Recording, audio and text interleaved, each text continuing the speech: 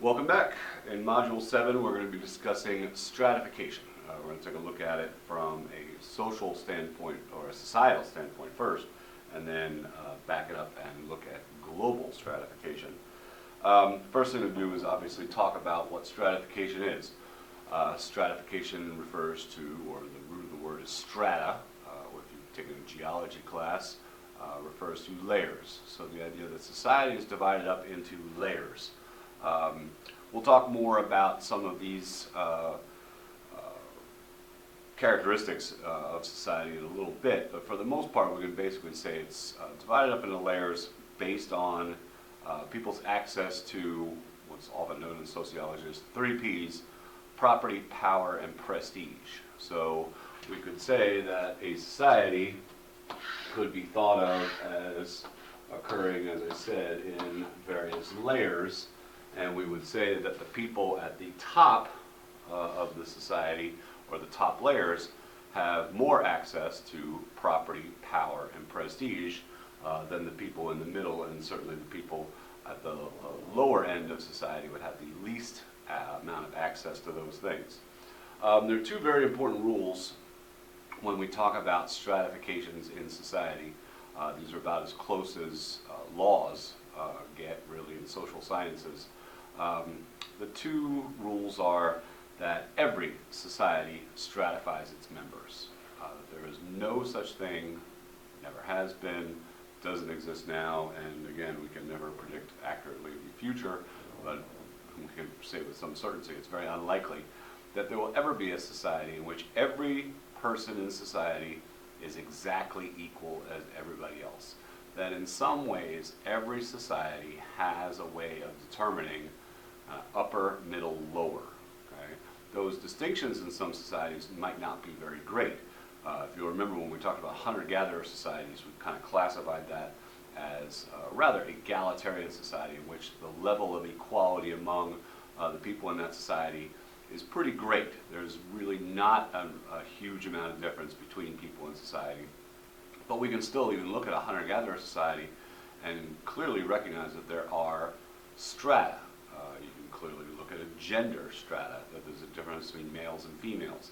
You could look at the difference between adults and children. You could look at the difference between the elderly and adults. So we could say that in a lot of ways that there, as long as somebody has in any way more access to any of those 3 Ps, property, power, or prestige, then that is going to result in that society being, to some degree, stratified.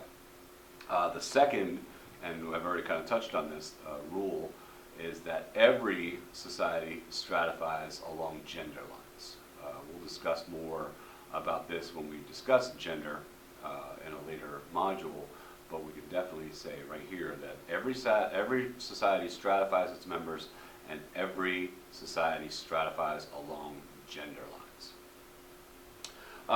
If we wanted to take a look at 3 different ways that society can be stratified, not every society necessarily is stratified in the exact same manner. We could take a look at 3 different systems of stratification. These are not by any means an exhaustive list. It doesn't mean that these are the only ways, but we'll take a look at 3 in particular, just to kind of look at the similarities and differences between them, and recognize that although every society is stratified, they don't necessarily have to be stratified in exactly the same manner. And even within these systems of stratification, there's a lot of room for variation. The first we can look at is a society that would practice or consider the idea of slavery legal.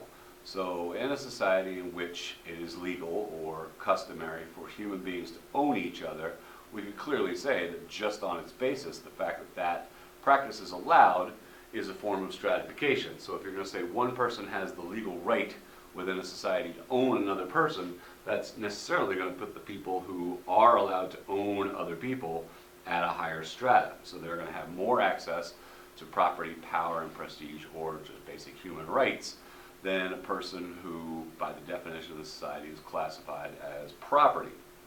So when we take a look across history and we see slavery in practice, we can clearly see, again, a hunter-gatherer society would be very unlikely to demonstrate high levels of slavery because of the egalitarian nature, whereas when we look across human history and we see the greatest amounts of slavery or slavery being practiced on a societal scale, a very large societal scale, we clearly see that most of those were agricultural societies. So if, again, you think about the Great Pyramids and the fact that they were built largely by slaves. We took a look at ancient Rome, ancient Greece, even, again, all the way through European agricultural societies up to and including the United States, before it was the United States, when America was a colony. Slavery was a practice that was widespread. So what sometimes surprises us, though, because I just mentioned America and colonial America, pre-Civil War America, when we think about slavery, we have a specific idea about what slavery was. Sometimes surprising to think and to recognize that even in societies where slavery is practiced, there were all sorts of different causes and conditions. Again, when we think about causes, the reasons that people were slaves or became slaves, in some societies, people became slaves because of debt. So in other words, owing money, and a condition of not being able to pay back that money might be the idea of becoming a slave. That people were sometimes made slaves because of crime.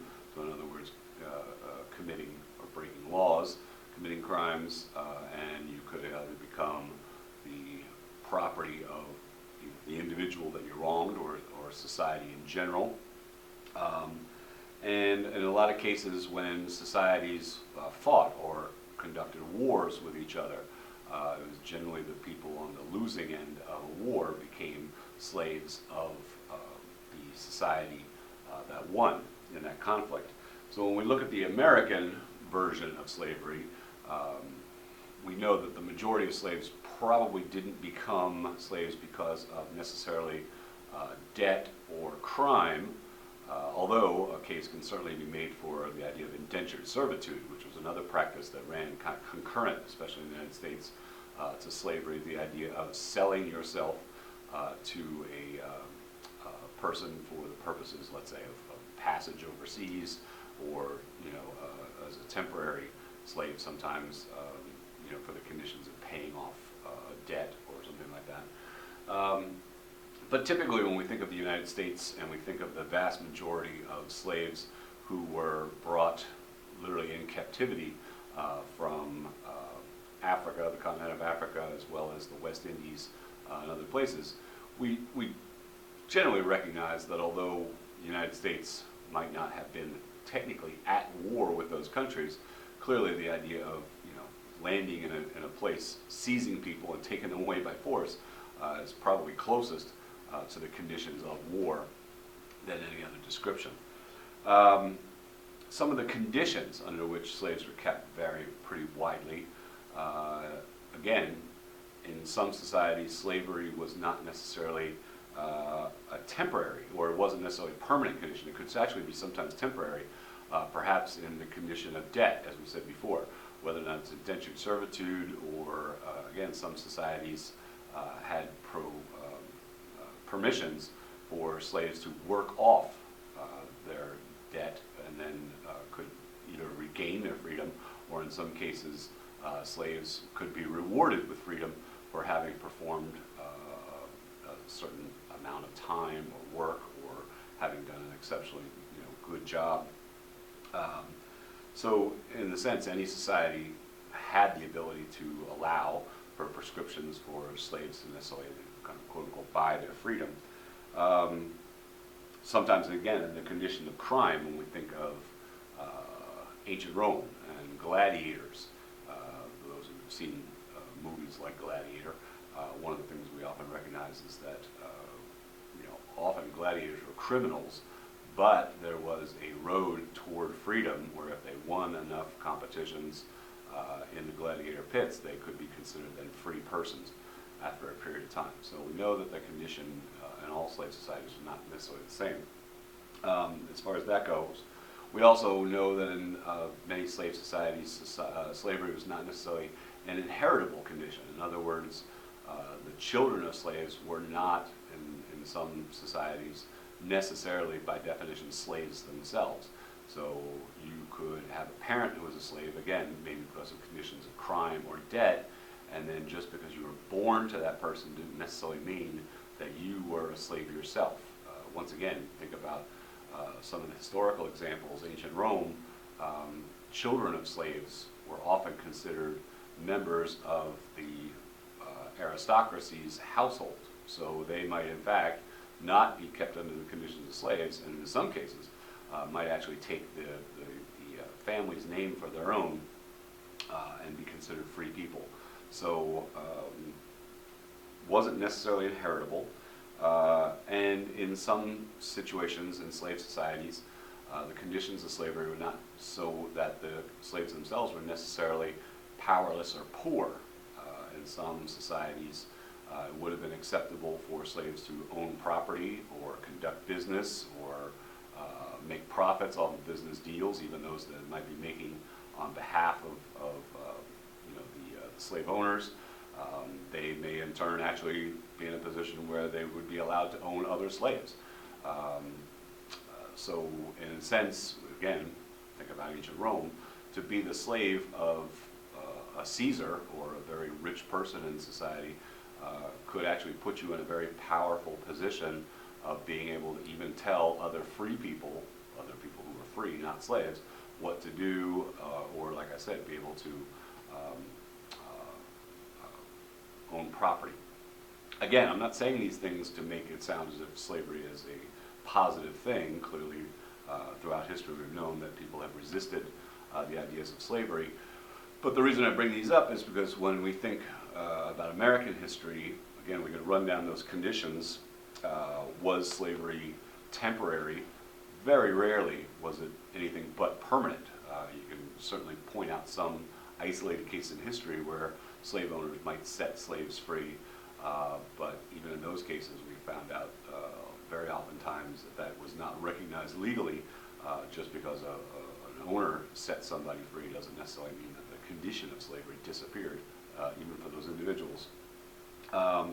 So we typically think about it, and when we think of the American style, as definitely being very permanent, lifelong. Was it inherited? Yes, absolutely. The children of slaves in America were definitely slaves themselves and also considered the property of the owners. And were they powerless and poor? In fact, there were many rules, regulations, and laws that kept American slaves powerless and poor, unable to own property, conduct business, or those kind of things. So we have certainly a historical notion about what slavery is from our own perspective, but it is sometimes necessary to recognize that not necessarily every society had the exact same rules, regulations, and customs. So what we can clearly see that slavery would be one way in which a society would divide itself up into layers. The second one I have listed up here is caste, C-A-S-T-E, a caste society.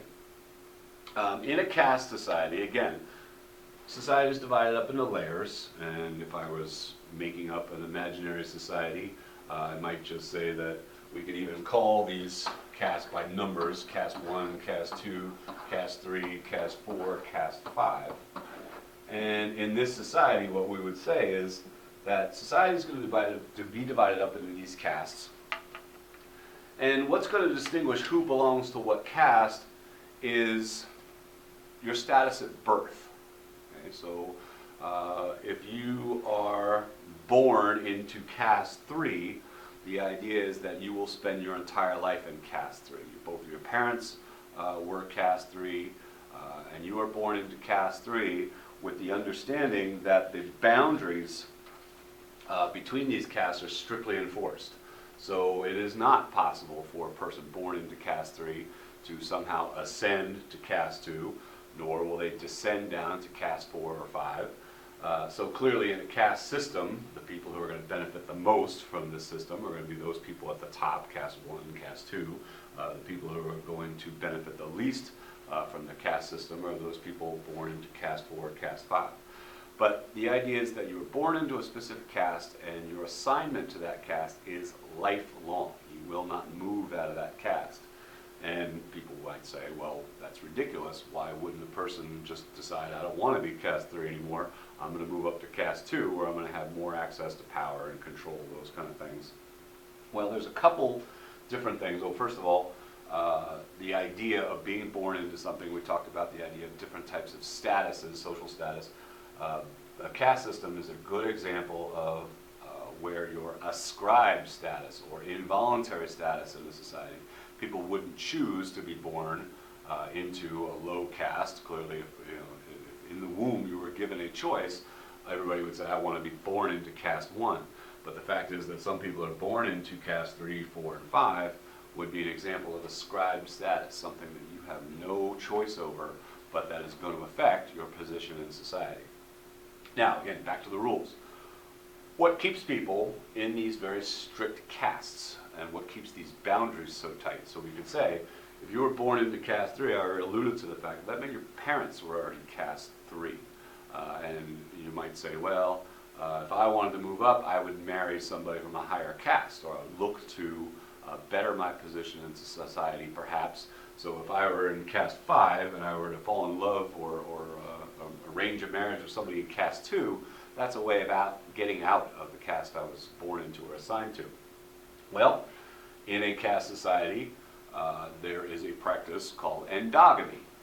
Again, G-A-M-Y is a suffix used to describe types of marriage. So we think about things like monogamy or bigamy or polygamy.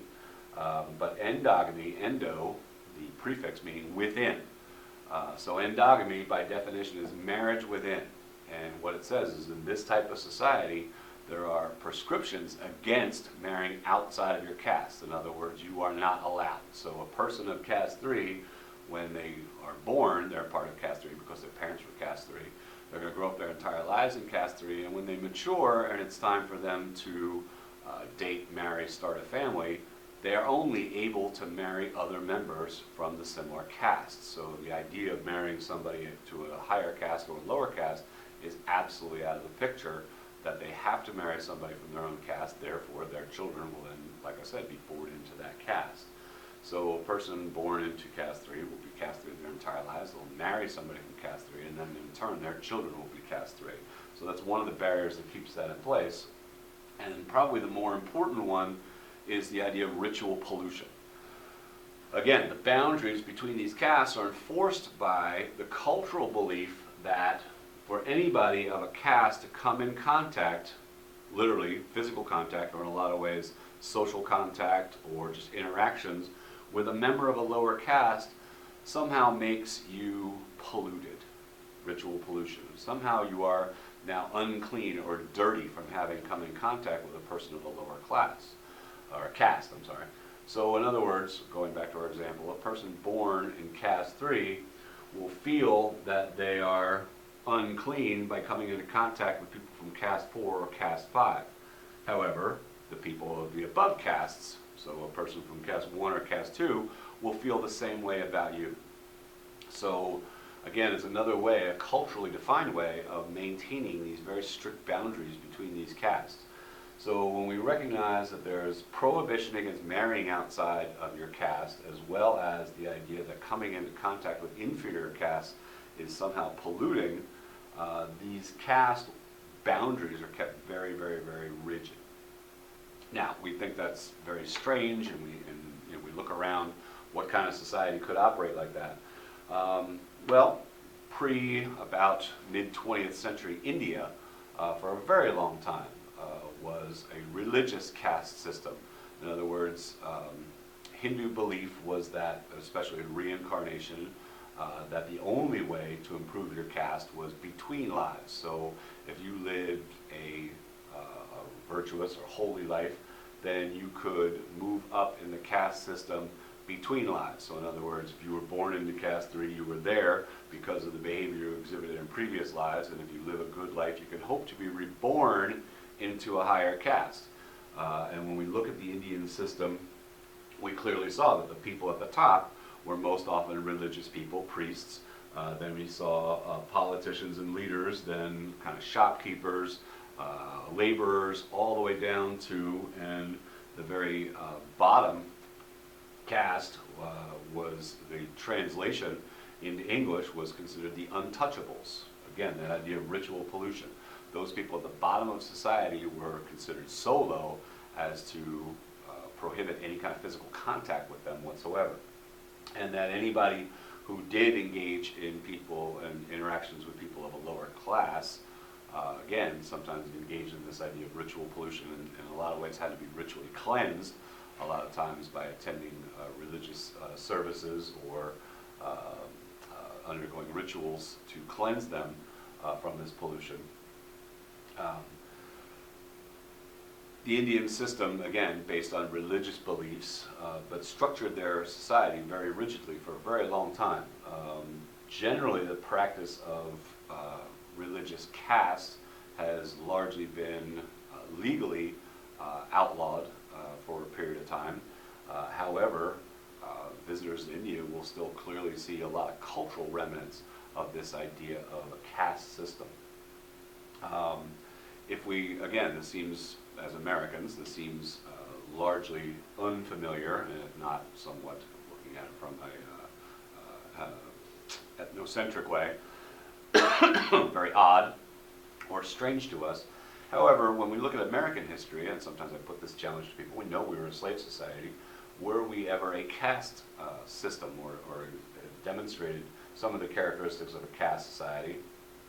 And if we realize that during the time between immediately after the Civil War, when slavery was, the prohibition against slavery came about, the abolition of slavery, but for about another 100 years, between about the 1860s to, if we consider the 1960s and the Civil Rights Movement, another important change in ethnic and race relations in our society, we realize that America actually exhibited quite a number of these characteristics of a caste society.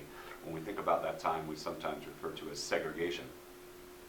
Again, was your position in society based solely on birth? Well, yes, it was an ascribed status to be the child of former slaves, or to be black, African American in our society. Was the practice of endogamy practiced? Absolutely. It was illegal in many, in fact, the majority of places in our society for people of various ethnic groups to intermarry. And did we practice the idea of ritual pollution? Well, only have to look at black and white photos from the beginning of the 20th century. Again, not just, we sometimes characterize it as only being in the quote-unquote deep south, but if you look at some of the policies of segregation, different schools, different sides of the board or positions in the bus in which people were allowed to sit, the idea of black only or white only counters at diners, or probably the most dramatic at all, different water fountains right next to each other, both coming from the same basically pipe. So the same water being piped into two different water fountains next to each other. One might be marked whites only, and the other, to use the vernacular of the time, colored only.